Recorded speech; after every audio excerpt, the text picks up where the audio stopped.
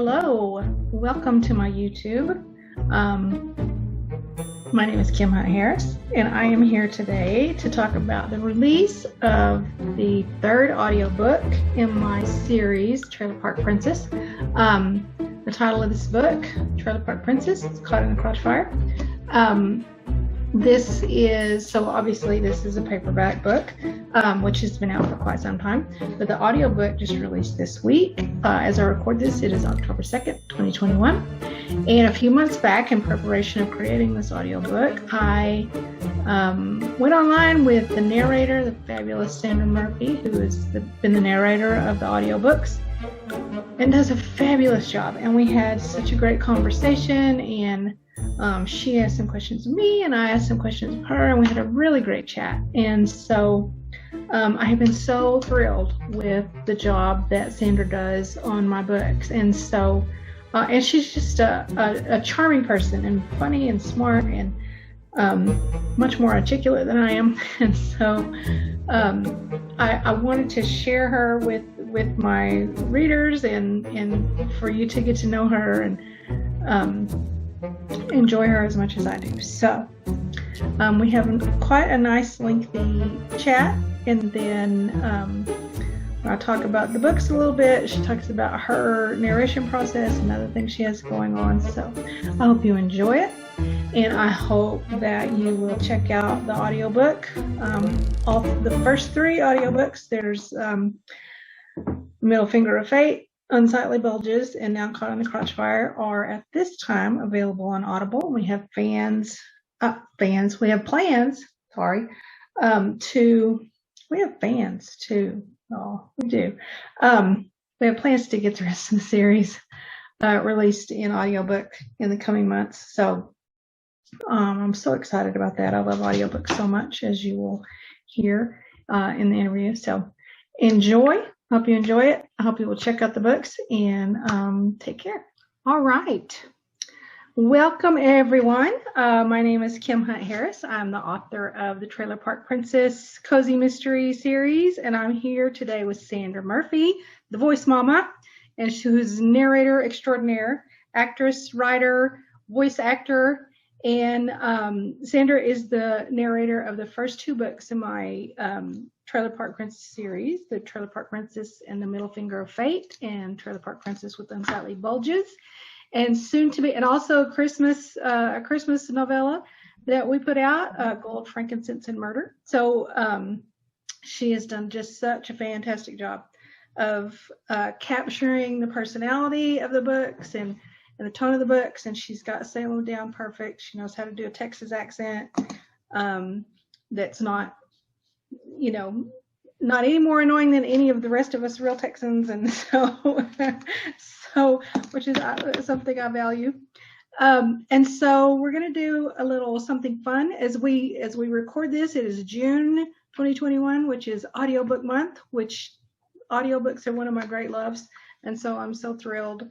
I'm thrilled to be able to, first of all, that my books are becoming available in audiobook. We're going to have the entire series up eventually, and I'm thrilled to be here with Sandra, where we can talk about all the fun stuff related to the books and recording and the process behind it and everything. So Sandra, so we're gonna do a kind of fun thing. We're gonna interview each other. She's gonna interview me first, and then when we get through with that, then I'm gonna interview her and ask her some stuff. So you'll get lots of fun stories and inside information, and learn more about the books and more about the process of creating audiobooks. So Sandra Murphy, take it away. And thank you for doing this. So these are fun. Absolutely. I'm so excited. These are questions I really want Kim to answer, so I couldn't be more thrilled to get the answer to these questions, because they're honestly ones that I'm truly dying to know the answers to. So the first question, it really resonates with readers, listeners, that the character of Salem Grimes is far from perfect. So how did you come up with her character, and what inspired you? Well, I tell you, yes, it definitely does resonate with readers. That is the comment that I get the most, is that she is relatable, and readers love that she is flawed. She's not perfect. And they really find, a kind of kinship, a kind of relationship there with her in the ways that she is flawed. And so I'll be honest, that wasn't really, I didn't start out to I didn't start out to try to create a relatable character. I just started out trying to, somebody who's real, somebody that I guess, that had the same questions that I do and the same hangups I do. And I remember seeing on Oprah one time where she said, if you have a question about something, or if you're thinking, you have doubts about something, then you can guarantee that there are others out there who have the same questions and the same doubts. And so I just wanted to make somebody who was real. And I wanted to create a character who I could see grow over the course of a series of books. And so I wanted her to have some real struggles and some real challenges. And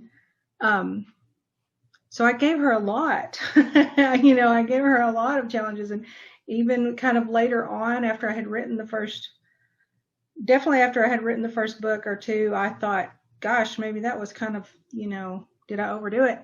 But, it's just been a wealth of it's been a wealth of digging into that experience and kind of thinking about things from different perspectives. And she's a very, very real character to me. And so I just wanted to create somebody who is real. And, she's funny and she's insecure and neurotic and sweet and honest. And so that to me is that's just what people are. We're all of those things. And so that's kind of how she came up. But mainly I just wanted to be able to create a long series. And so I wanted her to grow throughout the series. And so she's got lots and lots of room for growth.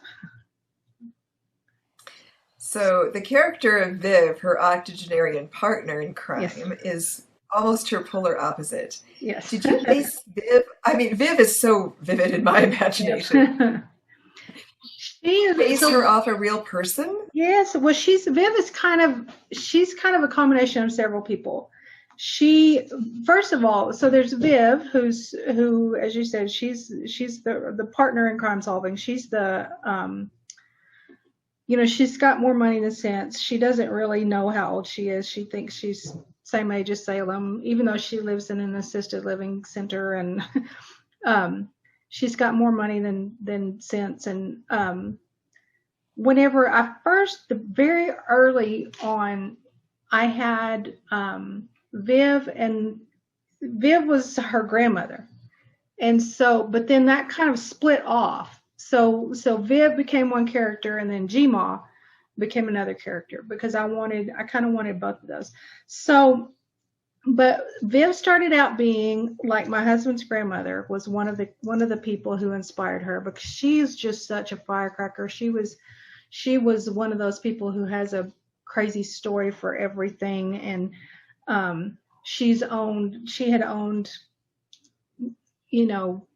probably 10 different businesses in her time. And she just was one of those people who was never going to slow down, and she worked all the time. She was a bartender. She had a motel. She had invented some kind of light thing. Like a lighted sign thing. And she just was always doing something. And then, so then she kind of, that kind of split off, and that character became Gma.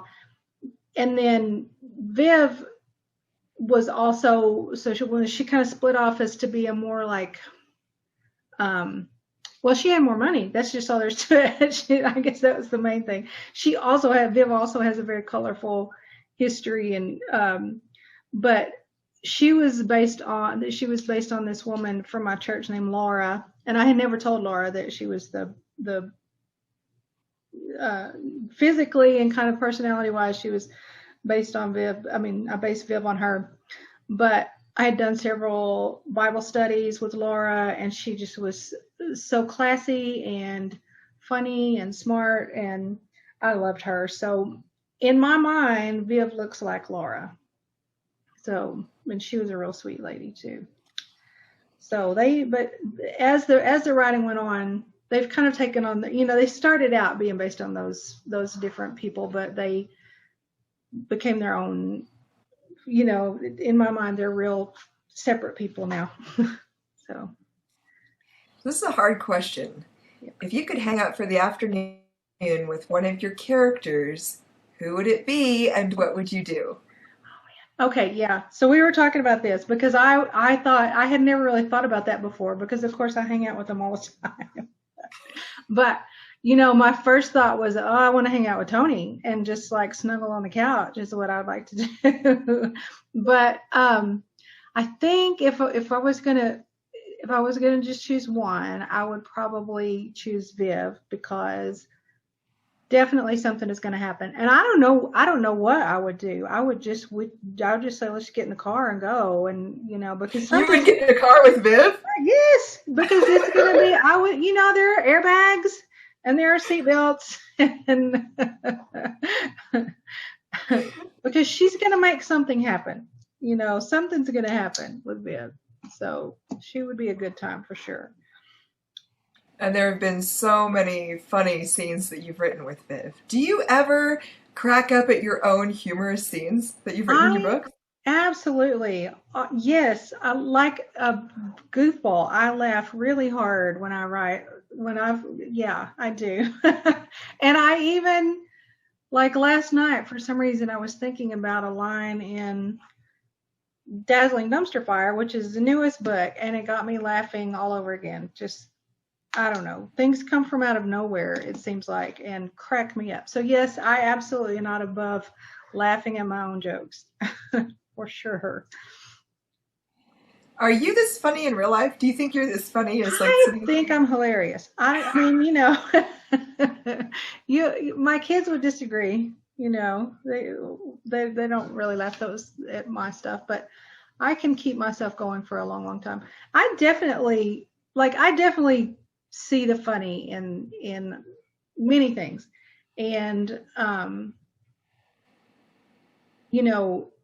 that's just kind of the quickest way that I relate to people is by making a joke. And since writing this series and studying, being a little bit more intentional about studying humor, learning about what makes something funny and the power of humor, then I really came to learn just what a powerful tool it is in writing and just in relating to other people.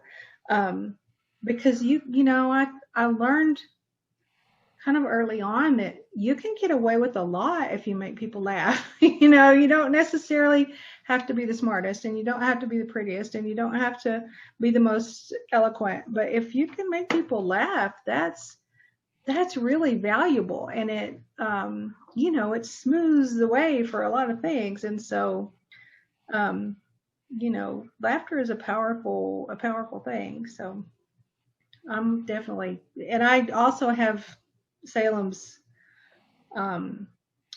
she giggles when she gets nervous, and so I definitely do that too.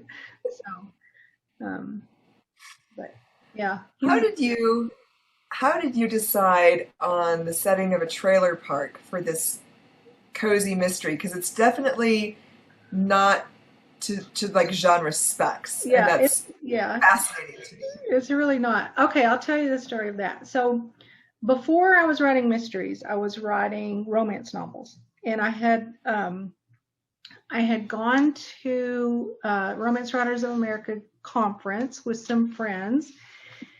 And one of my friends, Karen Kelly, who is also hilarious writer, she's still writing romance novels. And, we were kind of talking about that. She's talking about, people say, write what you know and write your own experience. And she's like, people do not want to hear about my trailer trash life, And another girl in the in our hotel room, she said, well, yeah, but you wouldn't be trailer trash. You would be the trailer park princess because it's a romance novel, you know. And as soon as she said that, I was like, okay, dibs, that's mine. I'm keeping that. That's mine. And, so that, like, as soon as she said that, I was like, that's it. That's my title. That's my series right there.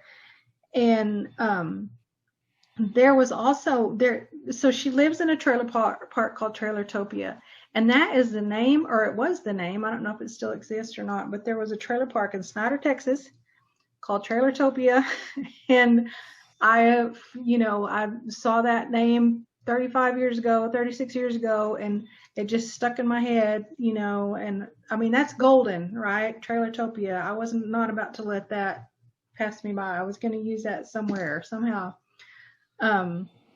So, you know, just kind of a combination of those things. I knew that I wanted to create this character, so I thought might as well, you know, she lives in a trailer park and it's Trailertopia and she's a trailer park princess. So that's how all of that came together. So you listen to a lot of audiobooks in your personal life. Like I watch your Twitter feed. You mentioning different books that you enjoy. What do you like about audiobooks?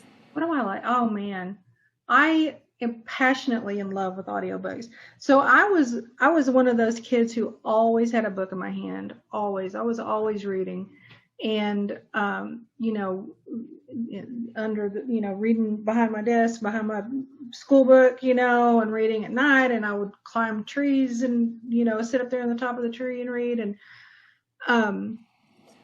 you know, as life, you know, even certainly after I became an adult, I was still reading a lot. But then after I became an adult with 2 kids and a full-time job and trying to still write and, you know, all of that stuff, reading really, really took a hit. I just could not, I just didn't have the time to sit and read anymore. And that was depressing, you know, that made me sad. And so when I discovered audiobooks, you know, that just kind of opened that world right back up. And so now I'm listening to a book while I'm taking a shower and getting ready for work in the morning. I listen to them in the car on the way to work. I listen while I'm making dinner. I listen while I'm working out. You know, I've got something I'm listening to all the time. And that has allowed me to stay, you know, in my book club. And, you know, I've built such great friends in my book club. We've been together for over 10 years now. And I've read hundreds of books. You know, every time I'm kind of looking at my budget, like the last thing I'm willing to touch is my Audible membership because it's so important to me. And I never keep my Audible credits for more than a day or two. There's always something I'm ready to listen to. But the amazing thing about audiobooks is what you do. Like, you know, if you have a good book but a narrator that doesn't match, it can really just ruin that experience. But if you have a narrator who it can take a good book and make it fantastic. It really opens it up. It elevates that whole experience. And so, you know, I've just come to appreciate how important that is to get the narrator to, you know, that fits the book. And there are some books that so David Copperfield, one of my favorite books of all time. I read that book years ago, and it, you know, it's good. It was good. You know, it's David Copperfield. Of course it's good. But I listened to it narrated by Richard Armitage, and, you know, with all the voices and so many subtle things that I had missed in reading it just really came out in that narration. And it was just an amazing work of art that was so much more than what I had originally taken in, what I had originally experienced. And so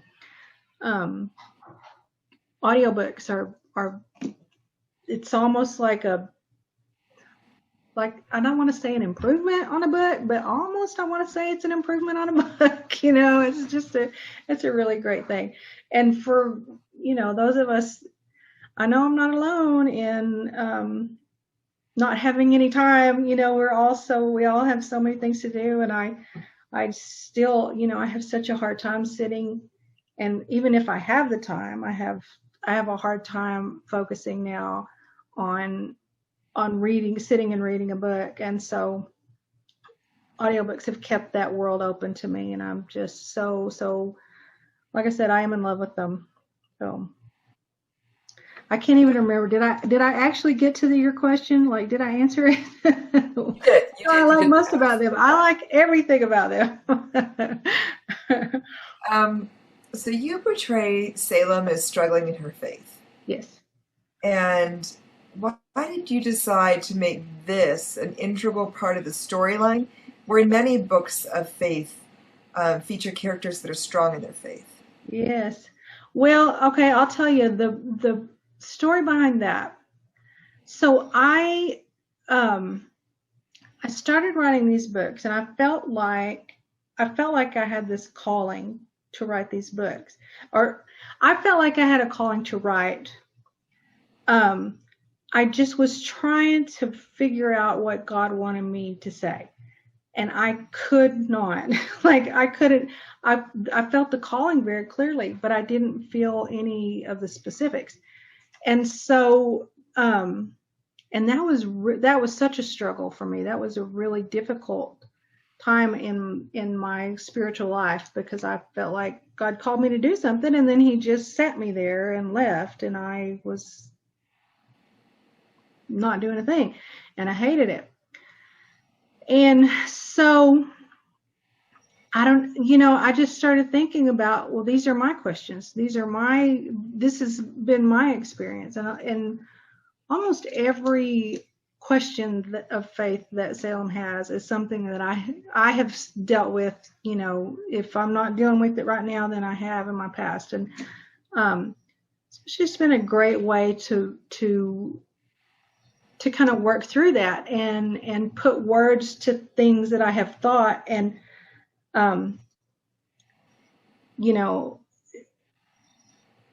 a way to get clarity for myself, to kind of explore the questions and explore possible answers. And so I didn't, when I started writing these books, I didn't think anything about that I have a platform to teach people anything. That was never what I set out to do. I just wanted to write a good story, and I wanted to create a real character. And so I've been perfectly comfortable in all her messiness and all of her doubts. And she has a bedrock of faith, but she also has lots and lots of questions, and things that people have told, things she thinks this is what I'm supposed to believe, but it doesn't really make sense to me. And so, that's just been a very comfortable place for me to stay. That these are things that we absolutely believe, but then there are lots of other things that don't really make sense, and I'm comfortable in that doubt and in that place of questioning. And I'm sure I will probably stay with that for, I don't know, until I get it all figured out, I guess. It's something that resonates. I mean, I know it resonates very deeply with me because she's real. Yeah. And those things are Yeah. very real. And I love that you have her in this place of doubt and tackle questions. It's one of the multitude of things I love about your writing. Okay, talking about writing, Yes. what do you enjoy about the writing process? Man, the longer I write, the more every bit of it is exciting to me. Like, I'm starting a new series now. And so I love that it's all like new, and I'm exploring things, and I'm trying out different character traits, and I'm, trying out different situations, and but and then there's nothing like having a finished book. That's that point where you're through, like the book is written and you're just kind of tightening it up, and you're making the dialogue sparkle a little more, and you're getting things just perfect. That's really fun. But my favorite thing is just, there are days when I am like, I have to quit. I'm not going to be able to finish this book. I don't have any idea what's going to happen. I have no ideas. I'm a hack. I've been lucky up until this point, but my luck has run out. And that is always the time whenever something just seems like it just falls out of the sky, and everything, everything opens up, and I didn't see it coming, and yet it's perfect. If it's perfectly, this big plot hole that I had no idea how I was going to fix yesterday, now it's all fixed. Those moments where it just seems like magic, that's the best. That's the best part of it. So I always, now when I get in those points, and well, first of all, I've just learned, like, that feeling of, well, I have to quit, I'm not going to be able to finish this book, that happens in every single book. It always does. It always does. And so whenever I get to that point, I'm like, okay, well, here we are in this part of the process. So, I just, I know I'm not going to quit, even though I'm definitely not going to. I just tell myself, well, you thought that about the last book, and you thought that about the book before that, and something came up. But I'm almost like, I know when I get to that point, I'm like, all right, something awesome is about to happen, because that's when the really good things really do happen, is at that lowest point. Then it's like, it's just kind of opening up the door for some magic. So that's the very best part. So how do you keep track of your ideas when inspiration strikes? Well, of course I write on everything I can find. I will stop and text myself, some cryptic note that doesn't make any sense. I've got, I'm gonna turn my camera around and show you my board that I have. I've got it up in the dining room. It's really messy, but I have this. You can see that. But all those little sticky notes are just random kind of ideas, and they're all in a 3-act structure here. But every time I have a little idea or some kind of insight into, what this character's thinking at the moment, and, or what some little snippet of dialogue, it goes on a post-it note and it goes up on my board. And I don't usually think of, I usually have a couple of different stories going at the same time. I know what I'm going to be writing next. When I'm writing one book, I don't usually write two at the same time, but I do know what I'm going to be writing next.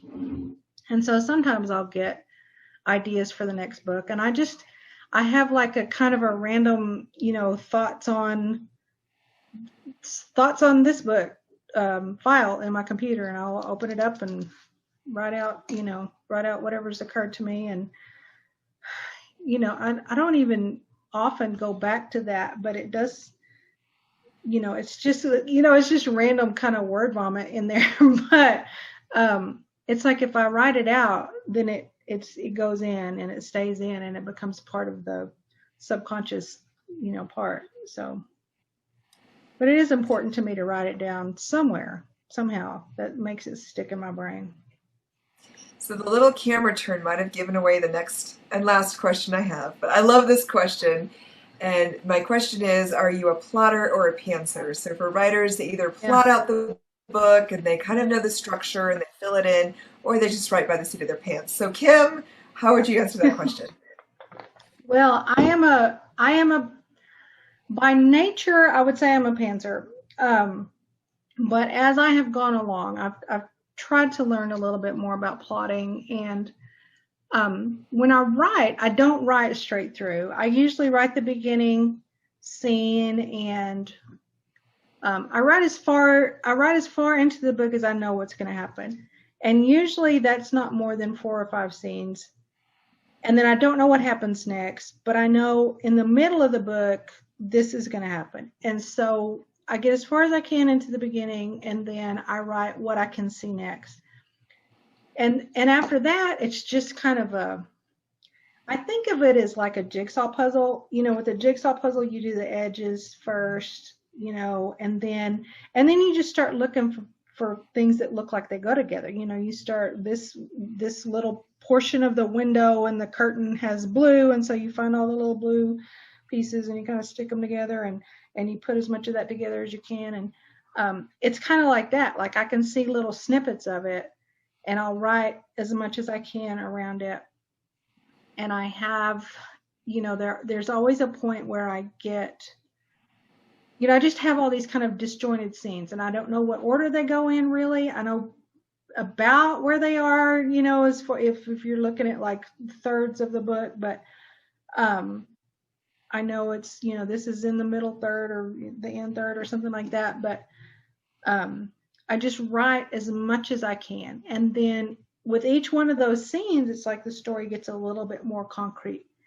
And inevitably, I get to a point where I have all these scenes and I don't know how they fit. And then I'm real nervous. I'm starting to get really just anxious about it. And so I print it all up and I read through it and I put things in order and I make notes all over it and everything. And I rearrange scenes. And then I have a little bit more of an idea of how it fits together. And I write like, okay, I have to somehow get them from here to here. Something's going to happen, or gosh, this is a lot of really heavy scenes. Something funny needs to happen to break up this, this intensity a little bit because these things are too heavy. And so what funny could happen here, to bridge these two scenes. But as the more books I write, I feel like I'm, each one gives me a little bit better of a handle on how to plot, or how to kind of instinctually keep that story structure going. But I never sit down and plot out a book from beginning to end, and I never write it from beginning to end because I really like that kind of wild and undisciplined just craziness of, I feel like writing this scene today, and so I'm going to write this scene today. And I know it doesn't happen for another 100 pages, but this is what I want to write today. This is what I'm seeing vividly today, so this is what I'm going to work on today. So, and that keeps me happy with the book, and it keeps it fresh to me. So this has been so fascinating. You answered my questions. I'm so happy. The process is a very, very cool thing. Yeah, to hear how some of the characters came to be and what your writing process was like, and I never see that part, and it was so fun to hear what you had to say. Well, they've been so fun for me to write too.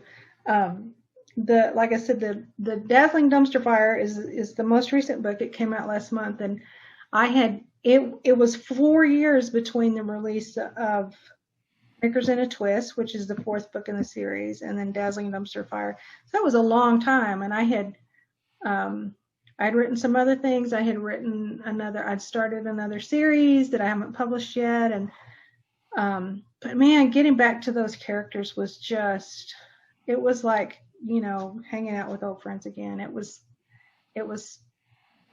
very, it was fun. It was comforting and fun, and like I said, like being with old friends. So it is, yeah, I get a lot of joy out of it. So thank you very much for asking that. I do love talking about writing. So, all right, now it's my turn to ask you some questions. Now, first off, I want to know if you can tell. I know that you are also a writer, and you have acted in like Okay, tell us something about your acting thing. I know you acted in plays, and I know you've done some camera work and all Yes. kinds of different things. So tell us about that, and then I would like to know how you got involved in audiobooks as well. Okay.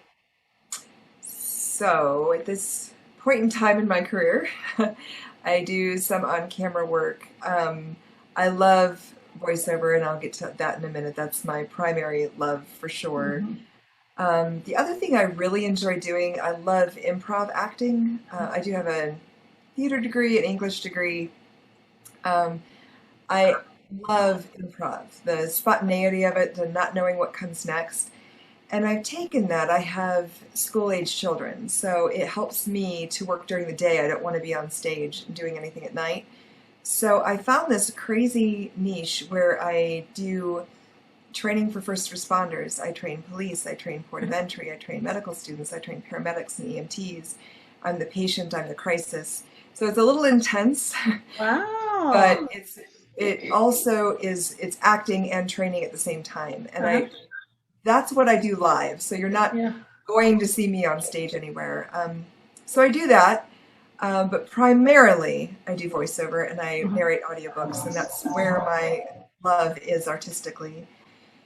So when my children were really little, I resigned from my corporate job. It wasn't the right fit. And I was like, okay, what's next? Not that I needed to go to what's next right away, but I needed to start thinking of what's going to be next in my Yeah. world. And my husband's like, well, why don't you take a voiceover class? Now, he has this beautiful voice. It's like really deep and gorgeous. And he took a few classes and, wasn't really pursuing it. He's like, Yeah. I was like, well, okay, my kids are little. I'll get one night out a week for 6 weeks. They'll tell me I suck. And then I'll still have gotten one night out a week for 6 weeks. Yeah. It'll be great.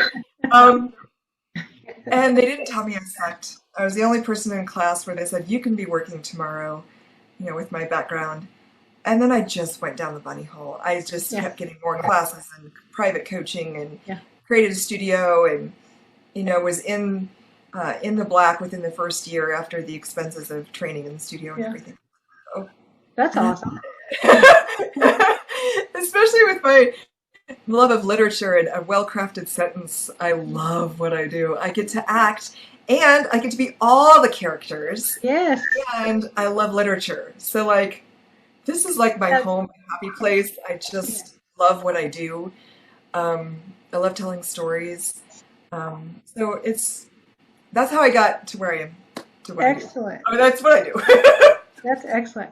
Okay, before we move on, I would love to hear a little bit more about the training for the police. And so what does that mean? So like you pretend like you're a crime victim or something for them? Okay, so the police is the most intense. So I do a lot of mental health training there. Mhm. So I could be psychotic off my meds. I could be suicidal.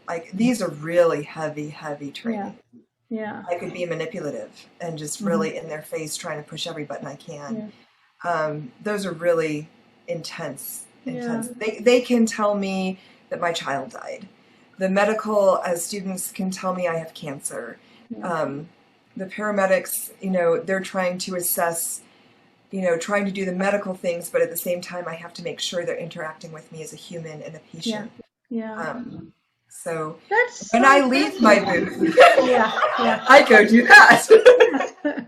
That's really fascinating. I hadn't thought before though how valuable that would be to get that kind of interaction with another human being, the kind of the in between the class learning and then being in the actual situation. That's how important that kind of bridge experience would be. So that's really fascinating. I did not know that was even a thing. That's a thing. So, okay. So my next question. So, compared to acting on the stage, with voice acting, you're kind of limited. As far as you can't incorporate body language and facial expression and things like that into it. And so do you find that limiting? How do you get the same, the same emotion across using nothing but your voice? So I use it all. You only hear my voice. So Yeah. I have a little trick for you, Kim. I'm going to do a tiny little snippet Okay. of Middle Finger of Fate. Okay. So the setting is Salem and Viv are in the police station, and they want to see a file on Bobby, the police detective's desk. Yes. And so Viv fakes heart flutters and asks Bobby to go to the car to get her medication. So Bobby has just left, and here we go. It's very short. Okay. Bobby grabbed the keys and hurried out the door. Viv blinked a couple of times, then shot to her feet. That arrogant little jerkweed! Can you believe him? Using transparent flattery to try and get us out of his hair! She rushed around his desk and slid the drawer open. And he called me old! What a dipstick! She slapped the folder onto Bobby's desk and opened it. Viv! What the heck was she doing? I jumped up and ran to the door. Are you insane? You'll get us arrested. A mature woman with years of experience. Her wrinkled mouth pursed and her head wobbled as she mocked Bobby. What the putz? Let's see what we have here. Viv! I hissed. Put it back. Bobby will be back in a second. Darn straight I'm a good judge of character. So, it's all there. I didn't have the accent for the first couple lines because it wasn't in my head. This is great. This is great. It's all there, and as long as I don't make a sound, it's happening, and that's how the story comes across. I find to get Viv's voice continually shaky, I'm always like shaking my hand, which doesn't. I don't have no rings on this hand. It doesn't make a sound, but then I can just do her voice. It just comes when I make that gesture. Oh, awesome. It all happens, but you only hear the voice. Yeah. Oh, that's excellent. I love that. Okay. So you said you love literature. What do you read when you're just reading for pleasure? What do you like to read? I love so many things. I love mystery. I love all of mystery. I love cozy. I love thriller. I love suspense. If there's a dead body, I'm in. It's my favorite genre. I also enjoy women's fiction, historical fiction, and nonfiction. Yes. So I'm a geek. Like, I'm old school. I love a hard copy. Like, I love the feeling of the paper in my hands. There's something about the physicality of it that I really enjoy. Yeah. That being said, I also really enjoy audiobooks. Yeah. Because as you were saying, the pairing of the writer with the narrator, I'm getting two performances at the same time. I'm getting the words, this amazing, beautifully written work from the author and a narrator's performance. So I'm getting two art forms at the same time. Exactly. Yeah. And I love those two. Yeah. Yes. Excellent. So what when you're looking for a new project, what do you look for? What kind of project really gets you excited, gets you want to be on board? Okay. So I love English. I love literature. So anything that's well written, if it's well crafted, if the sentences are thought through, if the character arcs are there, if the character development's there, I'm really interested. I love an unusual plot, that's what actually the trailer park setting piqued my interest. With your series. I was like, she's so cozy in a trailer park? I love mysteries. I especially love narrating cozies. There's something about being safe in finding a dead body. Yeah. And I think you can lean into a bit more in the characters in a cozy, because you want these people that feel like family that you go back to from book after book. Yeah. You want to be with those people again. You want to be in the setting again. It's really important, and there can be a lot of fun with cozies in that way. I love that. I love characters with depth, and totally Salem and Viv have that in spades. So I mean, all of those things, you can see why I love Trailer Park Princess. Yes, so much because it's like everything that I love in one series. excellent, excellent. Well, thank you. So, okay, when you're narrating and you get to a funny part, how do you keep from laughing? Or if it's a sad part, how do you keep from crying? Or do you like have I always wonder that when I'm listening to something that's cracking me up, I always wonder how did they get through that without laughing? Okay, first I'm going to say that the first thing I do when I receive a new book is I read through it first and I make my notes and all of that. So when I read your books, Kim, when I'm reading them privately to myself in my head, not out loud, my family will come down from 2 stories above me. I'm like, Mom, what's wrong? Tears streaming down my face. So funny. So I don't know. And I write a note like, little star, that chapter's going to be a doozy. So I laugh a lot the first time, or, I cry, tear up. I'm like, oh man, that's going to be so hard to do. Yeah. But the beauty of narrating is I have a pause button. Oh, yeah. So there was a chapter in Unsightly Bulges. I laugh just thinking about it. Salem's trying on Spanx to get ready for the dinner that Les is being honored for. Yeah. Oh, I had to narrate a sentence, pause, laugh, let it go, keep going. I don't know how many times I had to press pause because I was laughing because it's so funny.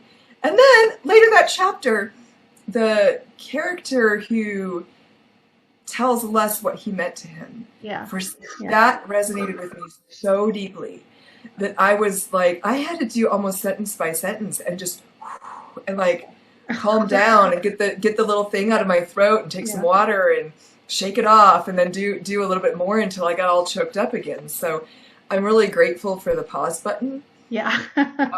Because you really write some doozies of scenes.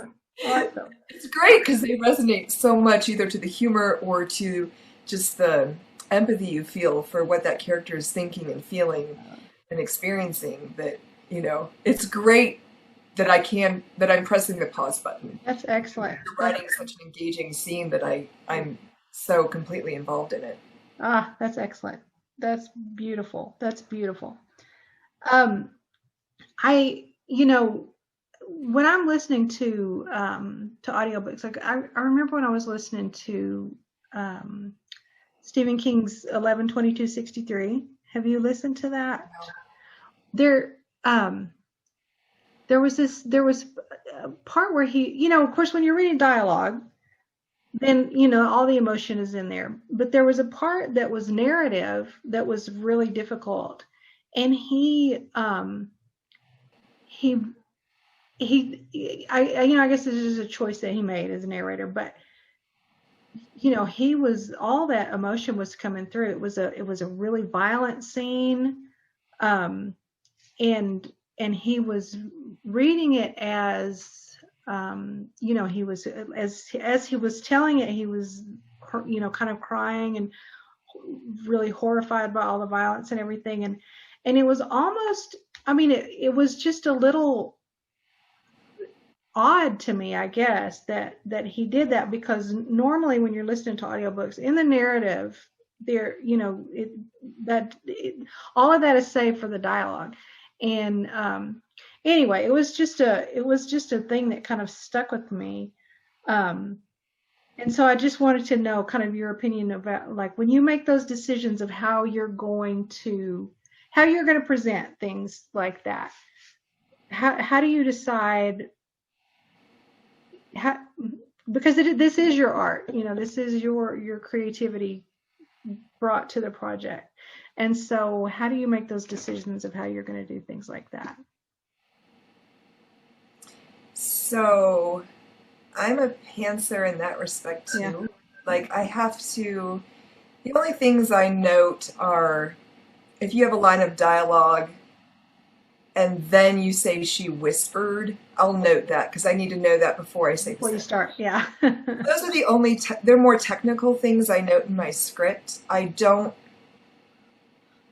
make any notes as to how I'm going to read it emotionally. Yeah. because when I'm reading it, I'm experiencing it, and then that's what Yeah. the listener experiences. Yeah. And there's although you do need to bring emotion to what you're doing, you also have to leave space for the listener to engage.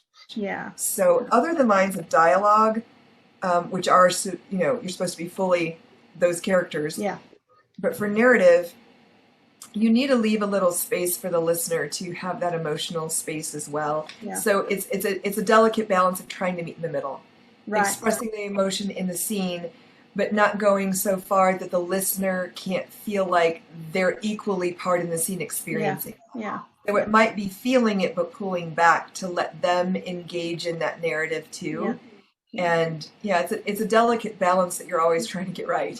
Yeah. Of telling the story, but leaving space so that people can join you in experiencing the story the author wrote. Well, I will say you are magnificent at that, because I am so thrilled with the way you have brought all of the characters to life, and they're so perfect.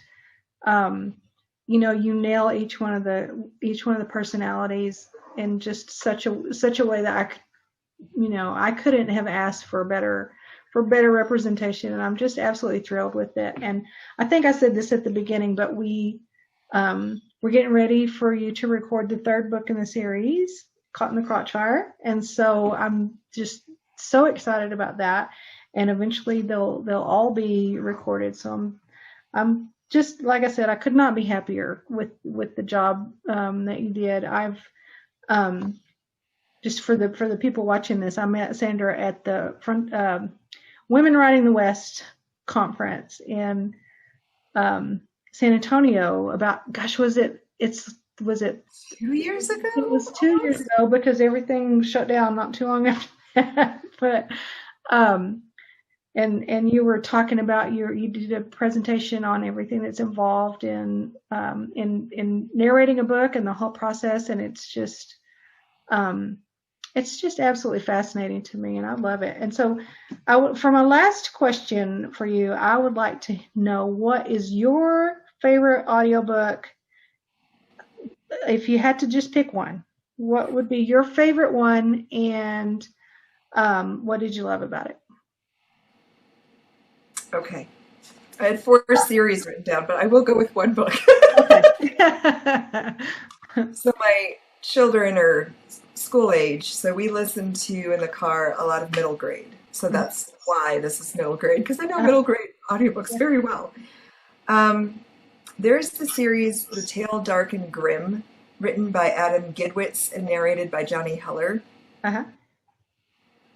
I love these books.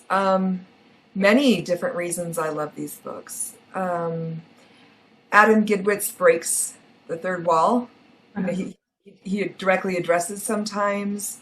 I love the really dark. He went grim. Yeah. So yes, middle grade can take it, but it's like the edge of what they can take. Yeah. So I like the darker things, so that the storyline's fun, and there's many different storylines in each book, and Johnny Heller is just amazing. He is so fun. I've taken classes with him. He's a beautiful, gracious, kind, loving human being, and he's a brilliant narrator. And the choices he makes for some of the characters are hilarious. Really, he engages 110% in his narration, and there's no wall. There's nothing left between him and the words in the book. Yeah. And I love how fully he gives himself over to narration, and how he is a little kid. I know him. And you can tell that when he's narrating middle grade, that he's a little kid himself, and he's excited about the story. And I don't know, I think, I was looking at all the ones I really, really like, and I'm like, that one in particular, I don't know, I think it's the story itself and what the narrator did with it that just, it made it magical. We never wanted to get out of the car. Yeah. I think there were times we stayed in the car in the driveway a little extra long. How fun! How fun! We were just entranced. Yeah. It was so fun. Oh, I love that. Okay, I've written that down. A Tale Dark and Grim. A Tale Dark and Grim. Okay. Yeah, he's magical.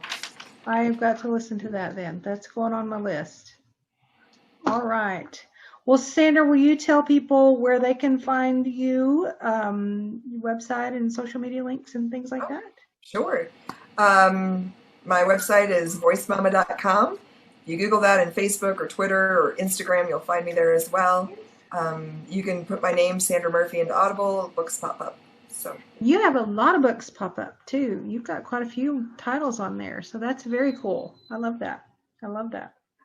And Kim, I just have to say, I absolutely love your writing. I love your characters. I love all of the things that you talked about, the depth that you bring and the questions that your characters have and the setting. And when I get to do your books, I'm so happy.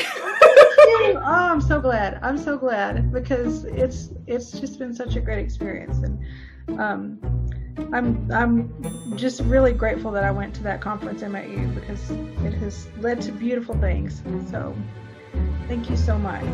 You're very, very welcome. Right. And I will be sending you the manuscript of Caught in the Crossfire very soon. Yay. All right. Good. Well, thanks for talking with me tonight.